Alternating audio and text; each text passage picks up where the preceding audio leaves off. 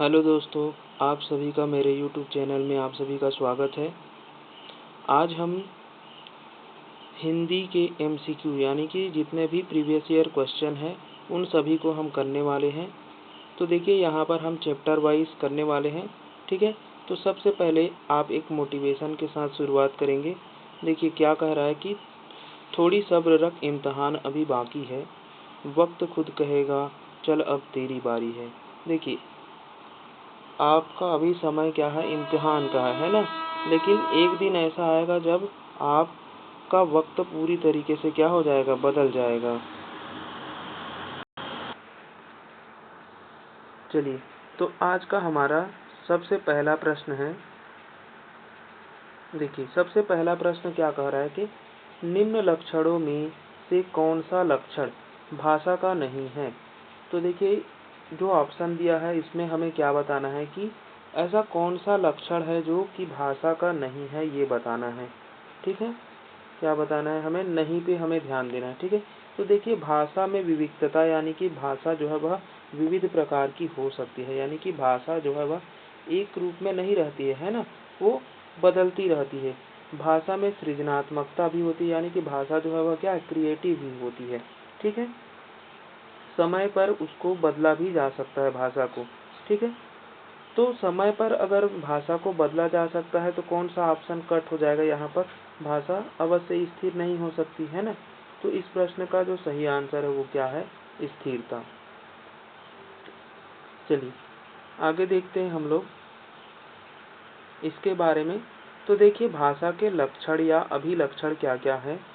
तो भाषा मौखिक श्रव्य माध्यम यानी कि मौखिक रूप से भी है और भाषा को सुना भी जाता है।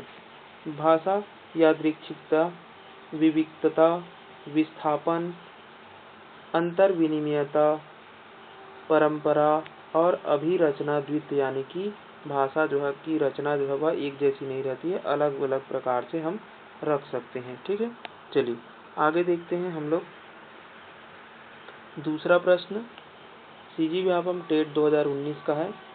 रचना के अंतर्गत क्या आता है, सही विकल्प चुनिए। यानी कि जो रचना है उसके अंतर्गत में क्या आता है, हमें सही विकल्प को चुनना है। तो देखिए सबसे पहले रचना के अंतर्गत आता है वो है अर्थ।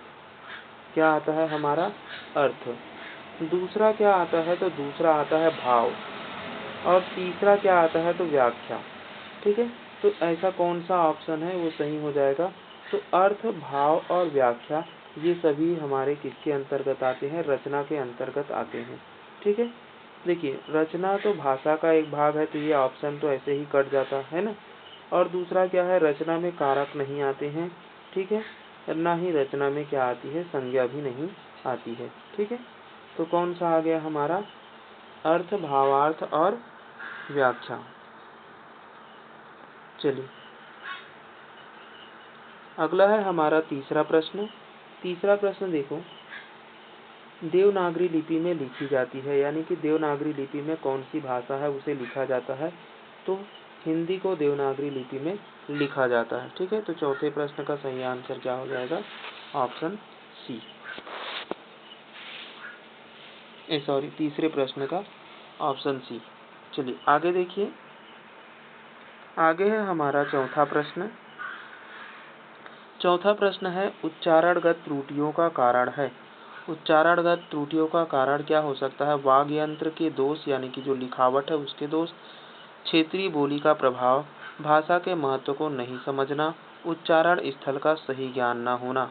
तो देखिए भाषा में आप गलत कब करेंगे, जब आपको भाषा पूरी तरीके से नहीं आएगी, यानी कि आप उसके उच्चारण स्थल के पूरे ज्ञान नहीं रखते हैं, तभी आप क्या करेंगे, भाषा को त्रुटिगत पढ़ेंगे, ठीक है। चलिए आगे देखिए, यहाँ पर लिखा हुआ है कि उच्चारणगत त्रुटियों का कारण उच्चारण स्थल का सही ज्ञान न होना है, ठीक है। चलिए अगला प्रश्न है हमारा पांचवा प्रश्न। देखिए पांचवा प्रश्न क्या है, निम्नलिखित में कौन सा आर्य भाषा का समूह में नहीं है। यानी कि हमारी जो भारतीय भाषाएं हैं उसके अंतर्गत कौन कौन सा आता है और कौन कौन सा नहीं आता है। तो यहाँ पूछा है नहीं के लिए, है ना। तो चीनी जो है वह आर्य भाषा में नहीं आती है। लैटिन भाषा आर्य भाषा की भाषा है, संस्कृत भी है और फारसी भी आर्य भाषा के अंतर्गत आता है। ठीक है, तो कौन सा ऑप्शन हो जाएगा? 5वां का ए ऑप्शन। ठीक है, चलिए, तो इस प्रश्न का जो सही आंसर मिला वो क्या है हमारा? चीनी। देखिए लिखा हुआ है, आर्य भाषा परिवार भारत का सबसे बड़ा भाषीय परिवार है जिसमें संस्कृत, लैटिन, फारसी, हिंदी आदि भाषाएं शामिल हैं। ठीक है, चलिए आगे देखिए 6वां प्रश्न। भाषा प्रकृति के संबंध में निम्न में से कौन सा कथन सही नहीं है? भाषा की प्रकृति, तो भाषा की प्रकृति पूछ लिया है, तो भाषा की प्रकृति कैसी होती है? भाषा प्रवाहहीन होती है क्या? नहीं, भाषा प्रवाहहीन तो नहीं हो सकता है ना। भाषा बहता नीर है, ये सही है ना। भाषा कूप जल है, भाषा एक सीमित है, तो सीमित तो नहीं कह सकते है ना। उपर्युक्त तो सभी तो आएगा नहीं, क्योंकि 2 ऑप्शन तो ऐसे ही कट गया। तो इस प्रश्न का सही आंसर क्या मिला हमें? Option number B. चलिए आगे देखिए 7वां प्रश्न, टेट 2016 में आया हुआ प्रश्न है। इनमें कौन सा कथन उपयुक्त सही नहीं है? हमें क्या बताना है? सही नहीं है। ठीक है, भाषा प्रतीकों का ढांचा है, तो ये बात तो सही है, भाषा जो है वह प्रतीकों का ढांचा होता है ना। दूसरा है, भाषा मानव की जन्मजात संपत्ति नहीं, भाषा जो है वह मानव की जन्मजात संपत्ति नहीं है, बल्कि क्या है? वह एक अर्जित संपत्ति है। कैसी संपत्ति है? तो अर्जित संपत्ति है।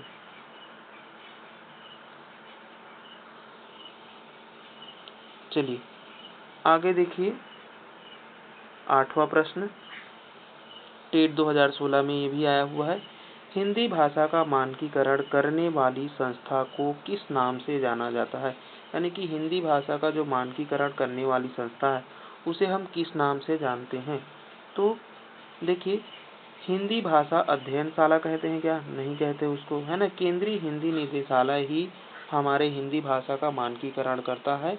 ठीक है, चलिए अगला है हमारा 9वां प्रश्न। भाषा के आदर्श रूप को कहा जाता है, यानी कि भाषा के आदर्श रूप को हम क्या कहते हैं?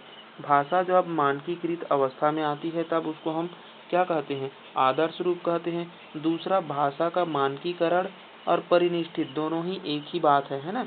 परिनिष्ठित कहे यानी कि उसमें जड़त्व आ गया है ना, यानी कि भाषा का मानकीकरण कहने का मतलब है उसमें व्याकरण सम्मत है, परिनिष्ठित है। ठीक है, मानक है, व्याकरण सम्मत है। ठीक है, तो ए और बी, यानी कि ए बी सही है और बी भी सही है। तो इस प्रश्न का जो सही आंसर मिलेगा वो क्या मिलने वाला है हमें? तो ऑप्शन नंबर सी मिलने वाला है। चलिए आगे देखिए यहाँ पर बता रहा है कि परिनिष्ठित क्या है। परिनिष्ठित भाषा बोली को जब व्याकरण से परिष्कृत किया जाता है, यानी कि कोई भी बोली है उसको हम व्याकरण के रूप में दे देते हैं, तो क्या हो जाता है? हमारे मानक भाषा के अंतर्गत आ जाता है। मानक भाषा जिस भाषा का प्रयोग प्रतिष्ठित समाचार पत्र, पत्रिकाओं, रेडियो, दूरदर्शन, शासकीय आदेश आदि में किया जाता है उसे क्या कहते हैं हम लोग? मानक भाषा कहते हैं। चलिए आगे देखिए अगला प्रश्न है 10वां प्रश्न। 10वां प्रश्न क्या है? लिपि का सही अर्थ है। तो लिपि की सही अर्थ क्या कि कौन बता रहा है? ध्वनि चिन्हों का लिखित रूप है, लिखने की कला है, लेखनी है, वर्णमाला का लिखित रूप है। यानी कि लिपि के अर्थ के बारे में बता रहा है ना। या हम लिपि किसको कहेंगे? तो लिपि क्या है? लिखने की एक प्रकार के ढंग है, कला है। ठीक है, क्या है?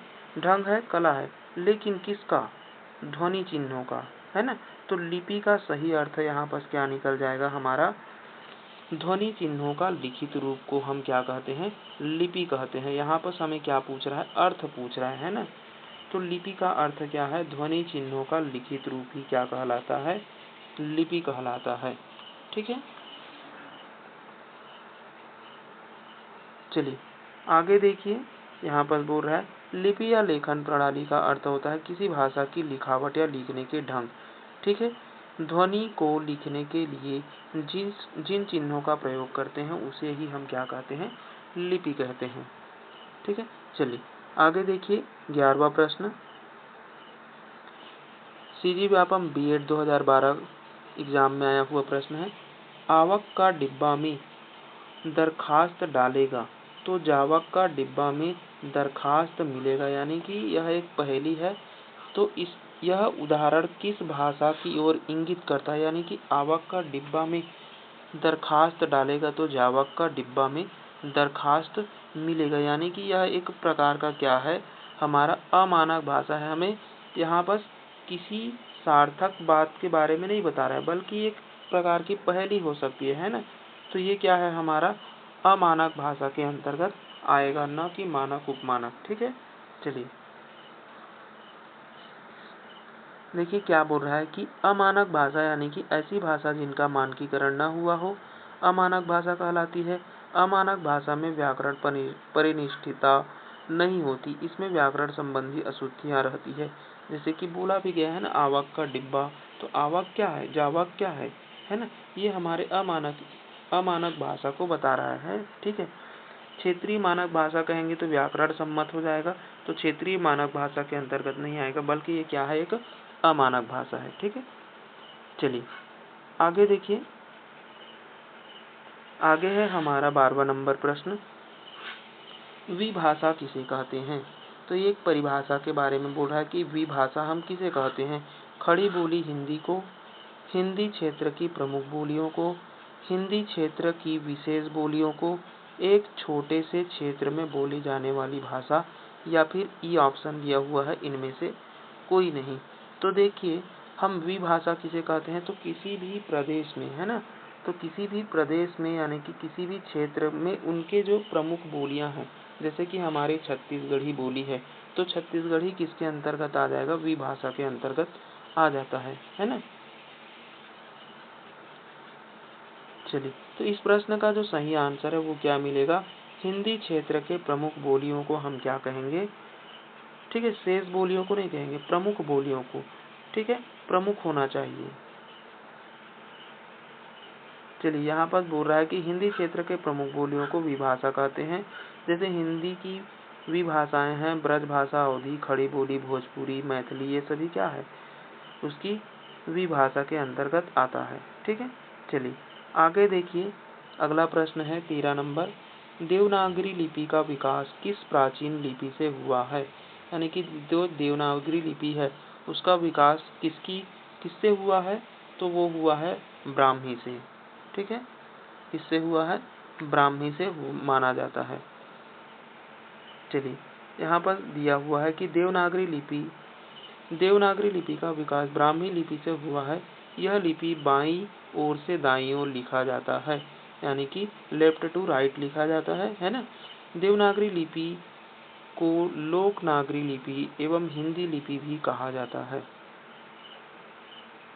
चलिए आगे देखिए, हिंदी जो है वह किस परिवार की भाषा है। ठीक है, CGPSC ACF 2017 का प्रश्न है। तो हिंदी भाषा जो है वह हमारे भारोपी भाषा परिवार का एक भाषा है। ठीक है, चलिए आगे देखिए। अगला प्रश्न, हिंदी किस परिवार की भाषा है। तो जस्ट अभी देखे है ना, किस परिवार की भाषा है, तो भारोपी परिवार की भाषा है। तो 15 नंबर प्रश्न भी ऐसे ही हो गया। चलिए आगे देखेंगे 16 नंबर प्रश्न। देखिए 16 नंबर प्रश्न क्या बोल रहा है कि खड़ी बोली का मूल नाम क्या है। जो खड़ी बोली है उसका मूल नाम क्या है, कौरवी है, अवधी है, भोजपुरी है, मैथिली है। तो देखिए कौरवी को ही हम क्या कहते हैं, खड़ी बोली के नाम से हम जानते हैं। ठीक है, तो इस प्रश्न का सही आंसर क्या हो जाएगा, कौरवी। चलिए देखिए यहाँ पर दिया हुआ है, खड़ी बोली का मूल नाम कौरवी है। इसका अन्य नाम बोलचाल की भाषा में हिंदुस्तानी, सर हिंदी, वर्नाक्यूलर खड़ी बोली आदि है। ठीक है, तो किन किन नामों से जानते हैं, हिंदुस्तानी भाषा कहते हैं इसी खड़ी बोली को, कौरवी भी कहते हैं, सर हिंदी भी कहते हैं, और वर्नाक्यूलर भी कहा जाता है। ठीक है, चलिए आगे देखिए। आगे है हमारा 17 नंबर प्रश्न। तो देखिए 17 नंबर प्रश्न क्या है, जिन ध्वनि चिन्हों द्वारा मनुष्य परस्पर विचार विनिमय करता है उनकी समष्टि को कहते हैं। यानी कि कोई ध्वनि चिन्ह है जो कि एक समूह बना लिया है, उसी समूह को हम किस नाम से जानते हैं, तो उसी को हम भाषा कहते हैं। ठीक है, भाषा क्या होता है, ध्वनि चिन्हों का एक समूह होता है। ठीक है, जिसे व्यक्ति लोग क्या करते हैं, यानी कि जो भी मनुष्य है वो उसी भाषा के अनुसार अनुसरण करते हैं, अपने भाषा को बोलते हैं।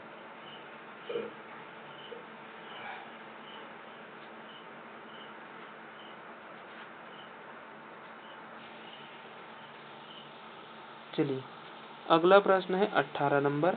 18 नंबर प्रश्न क्या कह रहा है, देखिए मानकीकरण के 3 सोपान क्या है। तो देखिए मानकीकरण होने के लिए सबसे पहले हमें चाहिए एक बोली की आवश्यकता होती है। किसकी आवश्यकता होती है, तो बोली की आवश्यकता होती है। ठीक है, तो बोली यहाँ भी है, यहाँ भी है और यहाँ भी है।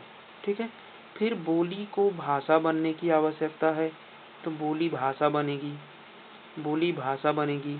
ठीक है, तो यह ऑप्शन तो कट हो गया, यह ऑप्शन भी कट हो गया। ठीक है, अब बोली में जब हम व्याकरण डालेंगे तो वो क्या बन जाएगा, मानक भाषा बन जाएगा, और इसी को हम क्या कहते हैं, मानकीकरण कहते हैं। ठीक है, तो इस प्रश्न का जो सही आंसर है वो क्या मिला हमें, ऑप्शन नंबर डी। ठीक है, तो इनमें से कोई नहीं तो आएगा ही नहीं। ठीक है, चलिए आगे देखिए।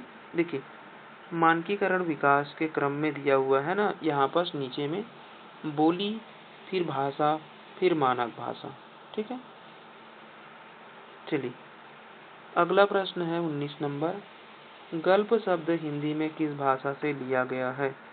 तो गल्प शब्द जो है वह हिंदी में किस भाषा से लिया गया है, तो वो है बंगला।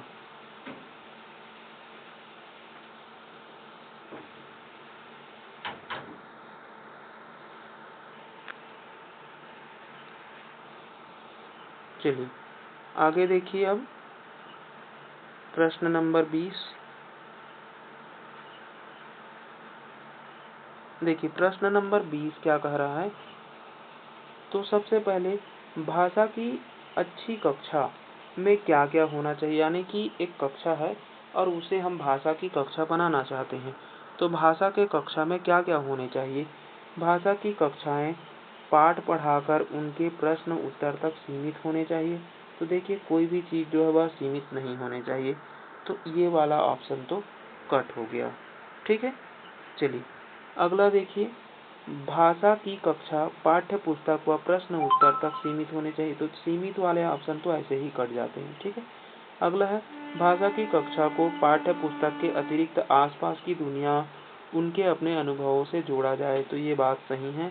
ठीक है, और चौथा है भाषा कक्षा में विद्यार्थी को सोचने तथा अपनी सोच को व्यक्त करने, अपने शब्दों को अर्थ देने के मौके देने चाहिए, यानी कि ठीक है आगे क्या लिखा हुआ है, मौके उपलब्ध कराए जाए। ठीक है, तो ये भी सही है। तो हमारा जो सही था वो है 3 और 4।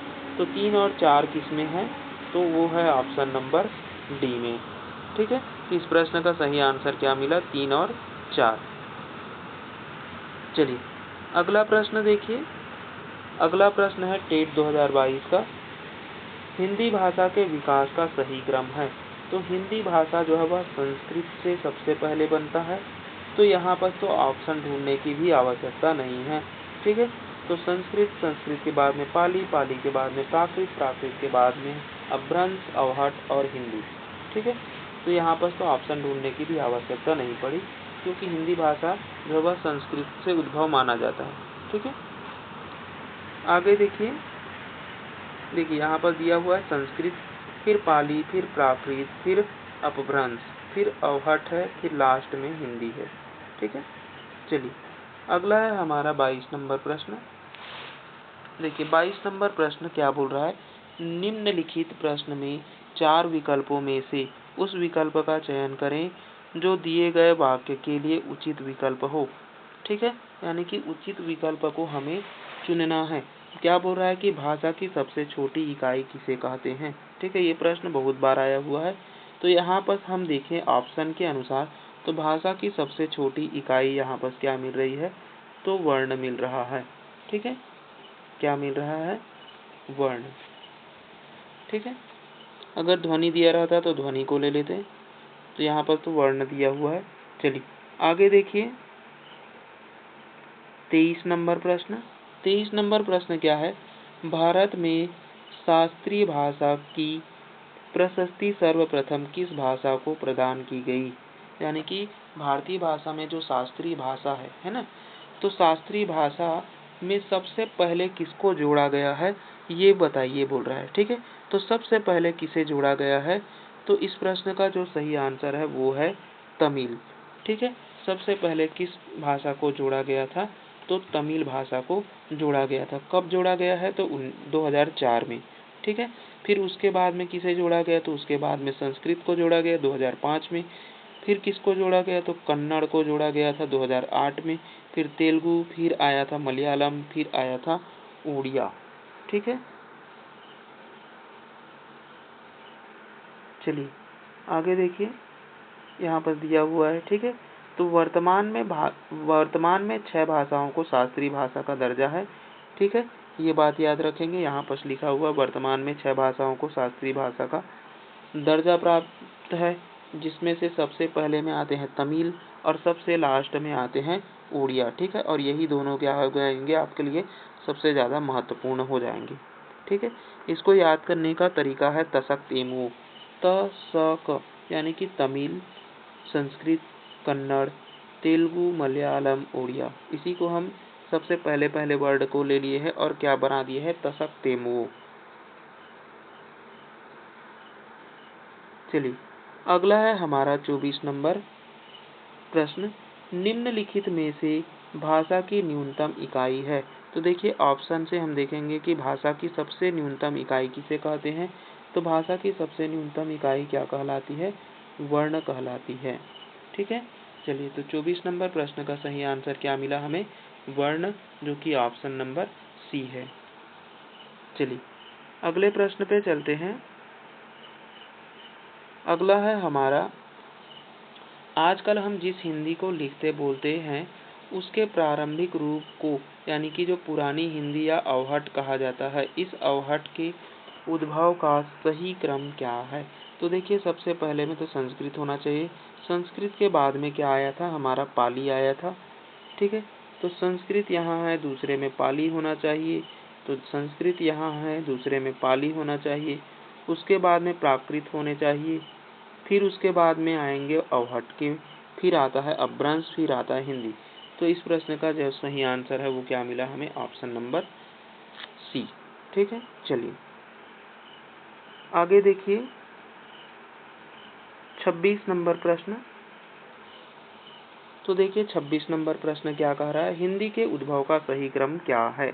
तो अभी देखे हैं ना, संस्कृत आएगा, फिर आएगा पाली, फिर आएगा प्राकृत। तो ये ऑप्शन तो कट हो गया, प्राकृत नहीं आएगा, है ना। तो संस्कृत, पाली, फिर प्राकृत, फिर अपभ्रंश, फिर अवहट। तो ये हो जाएगा हमारा सही। ठीक है, तो इस प्रश्न का जो सही आंसर है वो क्या मिला हमें? बी। अगला देखिए, अगला है, भारतीय संविधान के किस अनुच्छेद में हिंदी के विकास के लिए निर्देश की चर्चा की गई है? तो हिंदी के विकास के निर्देश की चर्चा, यानी कि जहाँ पर निर्देश आएगा वहाँ पर लगाएंगे 51। ठीक है, ठीक है, चलिए आगे देखिए, यहाँ पर दिया हुआ है। देखिए अनुच्छेद के बारे में, तो अनुच्छेद 343 क्या कहता है? संघ की राजभाषा हिंदी और लिपि देवनागरी होगी। यानी कि हिंदी और लिपि को देवनागरी लिपि यानी कि देवनागरी लिपि में शामिल करना है, तो हो जाएगा 343। ठीक है, फिर आएगा अनुच्छेद 346, एक राज्य और दूसरे राज्य के बीच पत्राधि, यानी कि एक राज्य और दूसरे राज्य के बीच में पत्रों का आदान प्रदान। ठीक है, तो हिंदी में करेंगे, ये बात कहा गया है 346 में। फिर आता है 351, हिंदी भाषा के लिए निर्देश दिया गया है। और 349 में आता है भाषा से संबंधित, है ना, कुछ विधि या अधिनियम अगर हमें जोड़ना है या फिर उसके प्रति विरोध प्रक्रिया प्रदर्शित करनी है तो किसके प्रति करेंगे? 49। ठीक है, 349।